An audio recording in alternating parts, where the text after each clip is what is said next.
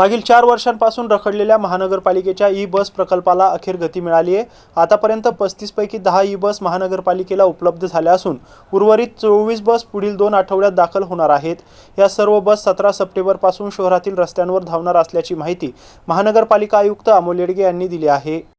Smart city योजनेअंतर्गत शहरातील सार्वजनिक वाहतूक व्यवस्था अधिक आधुनिक आणि पर्यावरणपूरक करण्यासाठी 2022 मध्ये ऑलेट्रा कंपनीसोबत करार करण्यात आला होता। या करारानुसार 9 आणि 12 मीटर लांबीच्या एकूण 35 ई-बस भाडे तत्वावर उपलब्ध होणार होत्या। मात्र करार झाल्यानंतरही बस उपलब्ध होण्यास सातत्याने विलंब होत राहिलाय। जून अखेरीस प्रशासनाने कंपनीला करार रद्द करण्याचा इशारा दिला होता। त्यावेळी 35 पैकी केवळ एकच बस महानगरपालिकेला मिळाली होती।